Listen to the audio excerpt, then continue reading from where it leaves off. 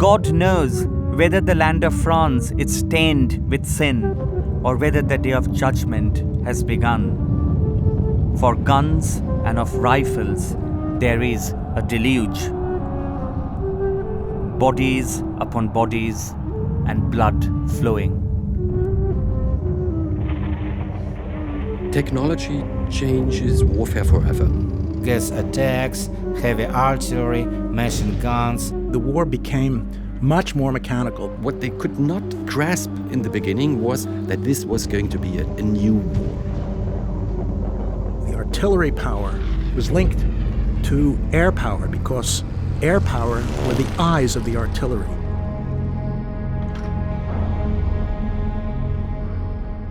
They have more and more injuries because the cannons are more powerful. But not only the cannons, you have the invention of the war. Gas warfare was new, developed by a German-Jewish university professor, Haber. It is the novelty of the suffering. The fact that you are going to be sick for years and years and years after. At dawn I looked around me. What a ghastly picture. Not a trace of a trench left. Nothing but shell holes as far as the eye could reach. Holes which had been filled in with fresh explosions, blown up again, and then filled. The wounded lie hopelessly, groaning. Our mouths and eyes are full of earth, 3 times buried and 3 times dug up again. Such is Germany's bloody struggle for victory. So many people are dead.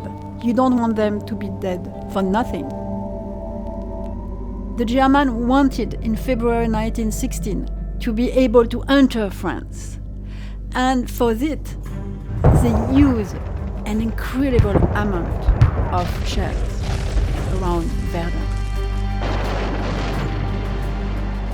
The Battle of Verdun was designed by the German General Staff to bring new dynamics to the Western Front and particularly to bleed out the French.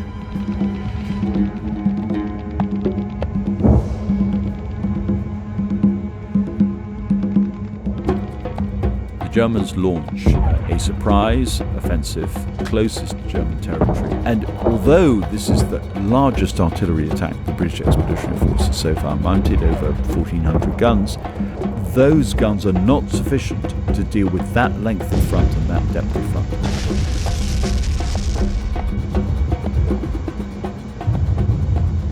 And the battle around Verdun will run throughout the whole of 1916. The result was devastating. More than 370,000 German losses, but more French losses, with no territorial advances by either side. God preserve us what has come to pass. From dawn to dark, and from dark to dawn, it goes on like hail. But especially our guns have filled the German trenches with dead and made them brim with blood. God grant us grace, for grace is needed. O God, we repent. O God, we repent. People were staying on the front line, but the front line didn't exist anymore. So they will stay sometimes for 2, 3, 5, up to a week in sort of shell holes where they had nothing to eat, nothing to drink.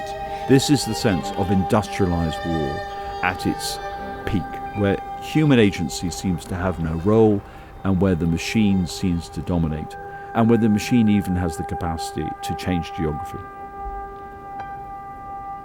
The scale of destruction, a landscape that was no longer French, German, Belgium or whatsoever, but that was totally dehumanized, that was more like the moon as something on Earth.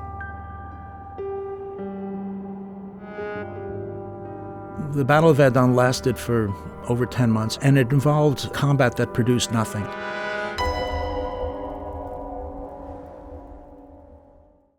By 1918, most people on the British and French side reckon the important thing is to wait for the Americans to come.